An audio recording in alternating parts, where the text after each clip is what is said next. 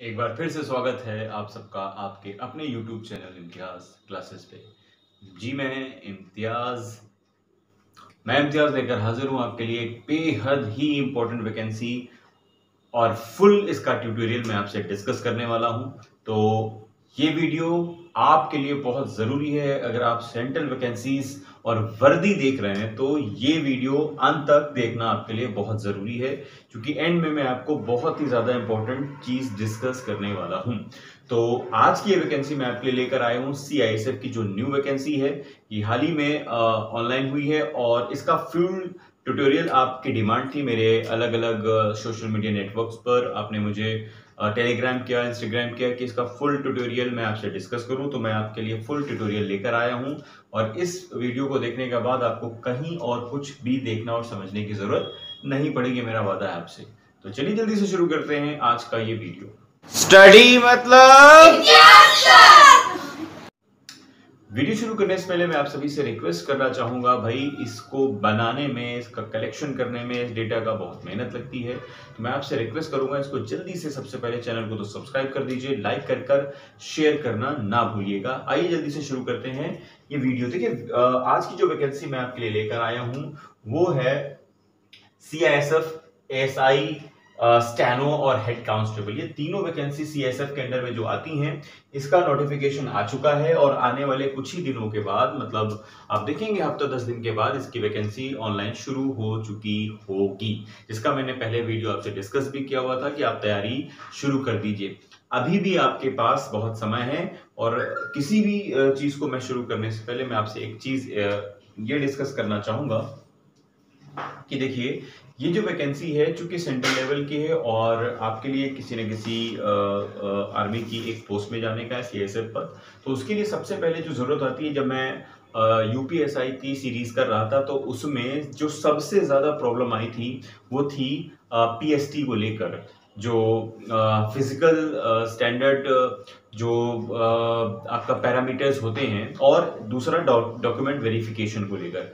तो मैं आपसे रिक्वेस्ट करना चाहूंगा कि फॉर्म भरने से पहले आप इन दोनों चीजों पर बहुत ज्यादा ध्यान दीजिएगा। अगर आपके डॉक्यूमेंट्स कंप्लीट नहीं होंगे तो बिल्कुल भी आप अपने आप को फाइट में मत मानिएगा। मतलब आप फॉर्म बाद में भरिए, लेकिन अपने डॉक्यूमेंट्स को पहले ही कंप्लीट कर लीजिए, ठीक है। अब ये वीडियो आपके लिए है, क्योंकि आप इसको वीडियो को देखने के बाद सबसे पहला जो काम करेंगे वो करेंगे अपने डॉक्यूमेंट्स को चेक करने का कि आपके डॉक्यूमेंट्स कंप्लीट हैं कि नहीं। अगर कंप्लीट नहीं है तो सबसे पहले डॉक्यूमेंट्स को कंप्लीट करिए। मेरी सीरीज आप अगर प्लेलिस्ट में जाएंगे तो वहां देखेंगे कि बहुत सारे कमेंट इसमें यही थे कि मैं DV क्या यूज करूं और मैंने कौन कौन से DV लिए हैं, और उसके बाद वो बाहर भी हो गए, ठीक है। तो मैं नहीं चाहूंगा और आप ना खुद चाहेंगे इतनी इंपॉर्टेंट वैकेंसी जो अब आई है उसमें आप बाहर हो जाएं सिर्फ अपने डॉक्यूमेंट्स के वजह से ही। तो देखिए मैं बहुत सारी चीजें लेकर आया हूँ। सबसे पहले हम लोग बात करने वाले हैं कि भाई फॉर्म कब से स्टार्ट हो रहा है, और उसके बाद टोटल वैकेंसीज कितनी हैं। फिर हम बात करेंगे सिलेक्शन प्रोसीजर पर, फिर हम बात करेंगे फॉर्मेट ऑफ द पेपर पर, और उसके बाद हम बात करेंगे अंत में स्किल टेस्ट पर। तो आइए सबसे पहले हम शुरू करते हैं। फर्स्ट टॉपिक जो है आपका फॉर्म स्टार्ट कब से हो रहा है। देखिए ये फॉर्म स्टार्ट हो रहा है आपका 26 सितंबर से। 26 सितंबर आज हो गई है, 9-10 सितंबर है आपकी, और आपके 16 दिन के बाद ये आपका फॉर्म शुरू हो चुका होगा, जिसकी लास्ट डेट होगी 25 अक्टूबर, 25 अक्टूबर। एक महीना फॉर्म चलेगा। शुरुआत में ही इसका फॉर्म भर दीजिएगा, क्योंकि साइट बहुत ज्यादा ट्रैफिक में आ जाएगी, क्योंकि ये वैकेंसी बहुत मोस्ट अवेटेड वैकेंसी है, काफी समय बाद आई हुई है, इसलिए इसमें बहुत ज्यादा लोग भरने की कोशिश करेंगे। तो आप पहले ही वीक के अंदर इसको हर हाल में भर दीजिएगा। बात करते हैं फी की। तो फी यहाँ पर 100 रुपीज रखी गई है। जनरल, OBC और EWS वाले यहाँ पर 100 रुपए देंगे। और बात करें अगर महिलाओं की, SC STs की, तो वहां पर उनके लिए कोई भी फी देना नहीं है, 0 फी है।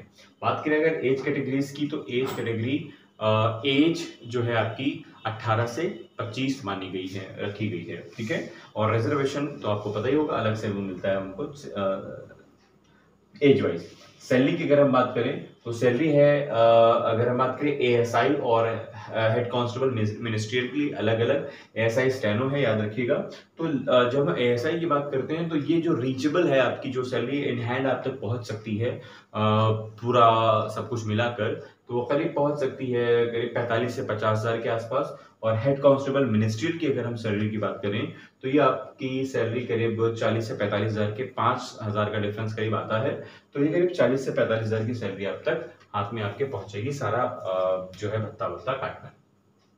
और मैं एक यहाँ पर टैगलाइन यूज कर रहा हूं, इसको बहुत ज्यादा ध्यान से पढ़िए, क्योंकि याद रखिए ये एक ऐसी वैकेंसी है जो मोस्ट अवेटेड वैकेंसीज होती हैं, हाई पे सैलरी होती है और बहुत ही प्रॉफिटेबल जॉब होती है सीआईएसएफ के अंडर में।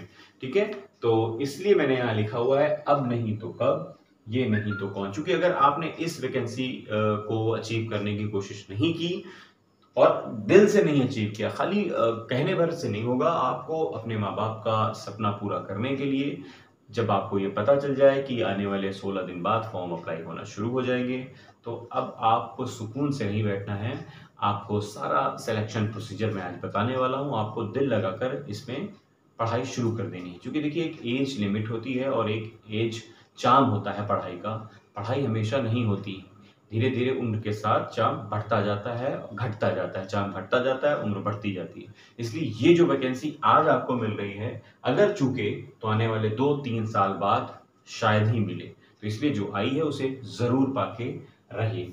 क्योंकि अब हम बात करने वाले हैं टोटल वैकेंसी की। टोटल वैकेंसी जो 2022 में अब आने वाली है, उसमें देखिए अलग अलग वैकेंसीज हैं, जैसे कि मैंने भी आपको बताया 2 टाइप की वैकेंसी यहाँ पर हैं, एक एएसआई है स्टेनो की और एक हेड कांस्टेबल मिनिस्ट्रियल वाली है। ठीक है, तो अगर हम बात करें इसमें तो जो मेल कैटेगरीज हैं और फीमेल कैटेगरीज हैं और डिपार्टमेंटल्स हैं, तीनों के लिए वैकेंसीज यहाँ पर आई हैं। जो अंदर हैं विभाग में उनके लिए भी है और मेल फीमेल के लिए भी है। जिन्होंने कभी वर्दी नहीं पहनी मेल फीमेल में, उनकी अगर हम बात करें तो मेल कैटेगरी के लिए जो एएसआई स्टेनो वैकेंसीज हैं, तो अगर हम यूआर जनरल की बात करें तो 40 वैकेंसी हैं, बहुत अच्छी वैकेंसी मानी जाती हैं, 40 के आसपास जो होती हैं यूआर के लिए। ओबीसी की वैकेंसी काउंट की गई तो 25 हैं, एससी कैटेगरी की 13 हैं और एसटी में 7 वैकेंसीज आई हैं, ईडब्ल्यूएस में 9 आई हैं। इस तरह अगर टोटल मिलाया जाए तो 94 वैकेंसीज टोटल बनती हैं जाकर मेल कैटेगरी के लिए। वही अगर हम फीमेल कैटेगरी की बात करते हैं तो फीमेल कैटेगरी में 6 वैकेंसीज हैं यूआर कैंडिडेट्स के लिए और 2 वैकेंसीज हैं ओबीसी अदर बैकवर्ड क्लासेस के लिए। अगर हम शेड्यूल्ड कास्ट की एससी की बात करें तो 1 है, जबकि एसटी के लिए कोई वैकेंसी नहीं है और ईडब्ल्यूएस में 1 वैकेंसी है, टोटल मिलाकर 10। अब याद रखिए कि जो मान लीजिए एसटी कैटेगरी का है उसके लिए कोई वैकेंसी नहीं है, फिर भी वो फॉर्म भरना चाहता है तो वो डिसअपॉइंटमेंट ना हो, क्योंकि वो फॉर्म भरे, कतई अपना डॉक्यूमेंट कास्ट सर्टिफिकेट ना यूज करे, और अगर ऐसा करता है तो सब जानते हैं कि वो जनरल कैटेगरी में काउंट होगा। और जनरल में फाइट करिए, आपको नौकरी करने से मतलब है, आपको जरूरी नहीं है कि आप एससी या एसटी करके ही नौकरी करें। ठीक है, अगला है डिपार्टमेंटल वैकेंसीज, अंदर से जो है विभागीय है। तो टोटल वैकेंसीज हैं करीब 18, जिसमें से यूआर मतलब जनरल कैटेगरीज में 11 वैकेंसीज आई हुई हैं। ओबीसी की बात करें तो 4 वैकेंसीज हैं, जबकि एससी में 2 हैं, एसटी में 1 है। फिर से ईडब्ल्यूएस में डिपार्टमेंटल में कोई वैकेंसी नहीं है, और जबकि टोटल वैकेंसीज मैंने भी आपसे बताई 18 वैकेंसीज हैं।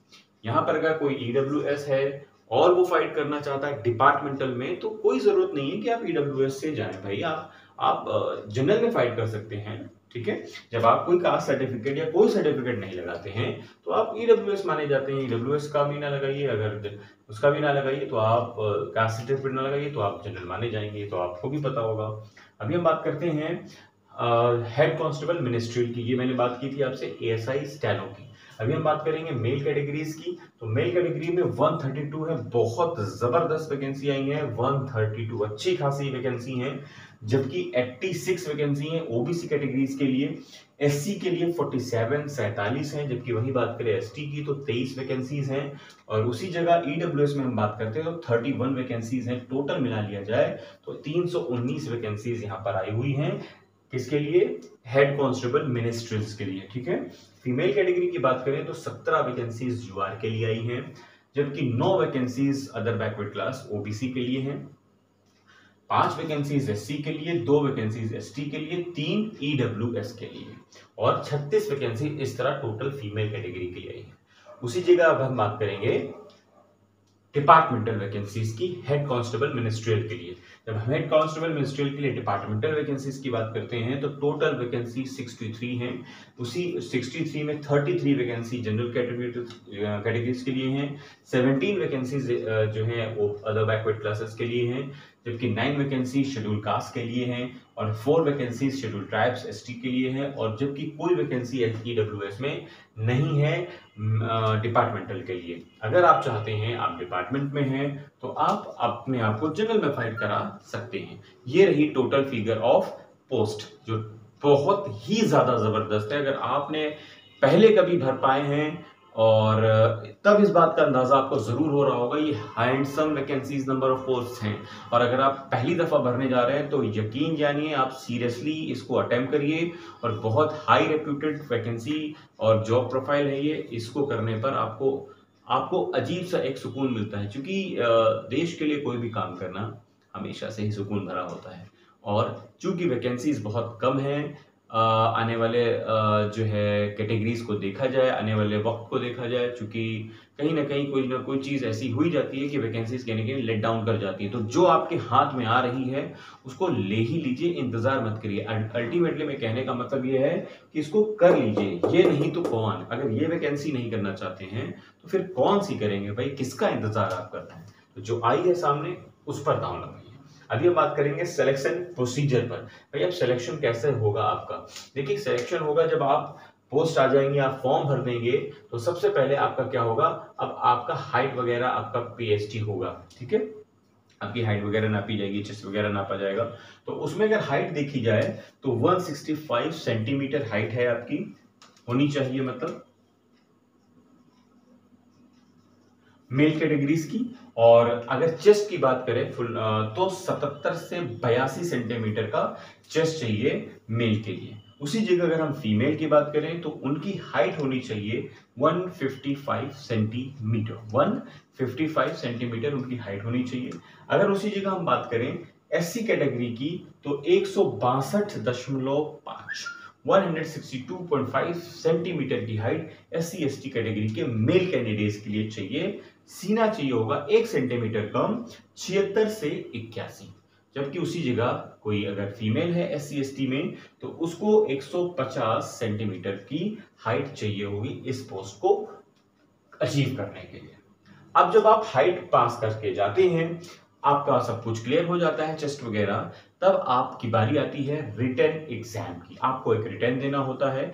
रिटन एग्जाम होता है 100 मार्क्स का, 100 नंबर का रिटन एग्जाम होगा और कोई नेगेटिव मार्किंग नहीं होगी। अभी ये तय नहीं हो पाया है कि जब तक फॉर्म नहीं आ जाएगा तब तक कि ये तय नहीं हो पाया है कि फॉर्म ऑनलाइन एग्जाम होगा, कि ये सीबीटी होगा कि ऑफलाइन होगा, कंप्यूटर बेस्ड एग्जाम होगा कि ये ऑफलाइन होगा, ठीक है। तो 100 नंबर का एग्जाम होगा, नेगेटिव मार्किंग नहीं होगी। 4 पेपर्स, 4 फॉर्मेट होंगे आपके, रीजनिंग, जीके, मैथ्स और इंग्लिश ऑप्शनल हिंदी, जहां पर रीजनिंग 25 क्वेश्चंस होंगे, जीके के भी 25 क्वेश्चंस होंगे, मैथ्स के भी 25 क्वेश्चंस होंगे। ऑप्शनल होगा, इंग्लिश वाले इंग्लिश कर सकते हैं, हिंदी लैंग्वेज वाले हिंदी लैंग्वेज कर सकते हैं। इंग्लिश हिंदी लैंग्वेज में ऑप्शन होगा, whatever you choose you have to give. अगला अब हम बात करें, जब आप ऐसा कर लेते हैं, रिटन एग्जाम पास कर जाते हैं, तब आपको क्या करना होता है, टाइपिंग करनी होती है। और यहाँ पर एक बात मेरी नोट कर लीजिएगा, याद करिएगा, जो अगला टाइपिंग इश्यू है आपका वो सिर्फ क्वालिफाइंग है। याद रखिएगा, टाइपिंग क्वालिफाइंग इश्यू है आपका सारा दारोमदार, सारा खेल, सारा ध्यान, सारा कंसंट्रेशन सिर्फ और सिर्फ रिटन में होना चाहिए हर हाल में। लेकिन याद रखिए, आपको टाइपिंग जो दी जाएगी उसको क्वालिफाई जरूर करना होगा, मार्क्स से कोई रिलेटेड कंडीशन वहां पर नहीं होगी। अब आपने रिटन एग्जाम पास कर लिया है, अब आपका 3rd और लास्ट लेवल पहुंच चुका है, जहां पर अब आपका एक स्किल टेस्ट होगा। स्किल टेस्ट में आपसे टाइपिंग होगी। अगर आप जो है मिनिस्ट्री के लिए हैं, स्टेनो के लिए हैं तो आपसे, स्टेनो के लिए हैं तो आपसे फिर शॉर्ट हैंड वाली राइटिंग भी मांगी जाएगी। आइए देखते हैं कैसे क्या से होने वाला है। देखिए, जब स्किल टेस्ट होगा तो याद रखिएगा एक फॉन्ट होता है, हर विभाग अपने अपने अलग अलग फॉन्ट पर कराता है। कुछ विभाग मंगल फॉन्ट पे कराते हैं हिंदी पर, कुछ हैं अलग अलग पर कराते हैं। तो अगर हम बात करें CISF की तो ये रोमन वैल्यूज की जो एक स्किल फॉन्ट है उस पर कराया जाएगा। याद रखिएगा, रोमन फॉन्ट आपको ऑनलाइन मिल जाएगा, कंप्यूटर बेस्ड होता है। जब हम हेड कांस्टेबल मिनिस्ट्रियल की बात करते हैं तो इंग्लिश में 35 वर्ड पर मिनट आपको टाइपिंग करनी होगी, जबकि हिंदी में 30 वर्ड पर मिनट करनी होगी। ठीक है, क्योंकि हिंदी थोड़ी सी टफ होती है, इसलिए 5 वर्ड पर मिनट इसके जो इंप्रेशन होता है वो कम मांगा जाता है। ठीक है, कंप्यूटर टाइप होगा, कतई जो टाइपराइटर होता है उस पर नहीं होगा, सिर्फ कंप्यूटर पर होगा। उसी जगह अगर एएसआई स्टेनो की बात करें तो सबसे पहले आपका डिक्टेशन टेस्ट होगा, वो भी 10 मिनट। आपको एक पैरा बोला जाएगा, उस पैरा को आपने 80 पर वर्ड पर मिनट की स्पीड में लिखना होगा इन शॉर्ट हैंड समझते होंगे। अगर आप शॉर्ट हैंड नहीं जानते हैं तो ये आपके लिए बेकार वैकेंसी है स्टेनो वाली। हाँ, अगर आप टाइपिंग जानते हैं तो हेड कांस्टेबल मिनिस्ट्रियल के आप अप्लाई कर सकते हैं। देखिए, स्टेनो वाले यहाँ जा सकते हैं, याद रखिएगा मेरी बात। अब हम बात करते हैं जो आपने लिखा है वो आपको ट्रांसक्रिप्ट करना होगा, वही चीजों को टाइप करना होगा। तो उसके लिए आपको 50 मिनट और उसके दूसरी जो आपने लिखा है इंग्लिश वाली, हिंदी वाली, तो उसके लिए आपको 65 मिनट मिलने वाले हैं। बात समझ में आ गई होगी। और ऑलमोस्ट मैंने कोई भी चीज़ छोड़ी नहीं है, सब कुछ क्लियर कर दिया है। मैंने आपको आपका तारीख बता दी, डेट कब से शुरू हो रहा है, मतलब एग्जाम आपका फॉर्म कब से शुरू हो रहा है। फिर मैंने आपसे वैकेंसीज क्लियर कर ली है, सिलेक्शन प्रोसीजर बता दिया है, फॉर्मेट ऑफ द एग्जाम बता दिया है, स्किल टेस्ट का बता दिया, और यहाँ पर मैंने आपको सब कुछ बता दिया है। बहुत इंपॉर्टेंट सेशन था ये, और उम्मीद है आपने इस वीडियो को बहुत एंजॉय किया होगा, सीरियसली लिया होगा, और चैनल को सब्सक्राइब और लाइक भी कर दिया होगा। अगर अभी भी आपसे रह गया है, आप बहुत ही ध्यान से इसको देख रहे हैं, तो प्लीज़ मैं आपसे रिक्वेस्ट करता हूँ कि जल्दी से सब्सक्राइब कर लीजिए, ताकि ऐसी ही इंफॉर्मेटिव वीडियोस और नॉलेजेबल वीडियोस, वैकेंसीज की वीडियोस आप तक टाइम टू टाइम पहुँचती रहें। देखिए, डिस्क्रिप्शन बॉक्स में मेरे इंस्टाग्राम, टेलीग्राम और अदर यूट्यूब चैनल्स के लिंक है, प्लीज़ वहाँ जाइए, सपोर्ट करिए, और कुछ भी पूछना हो तो आप नीचे कमेंट बॉक्स में कमेंट करके भी पूछ सकते हैं। चलिए, मिलते हैं कल एक नए वीडियो में, तब तक के लिए बहुत बहुत शुक्रिया। बहुत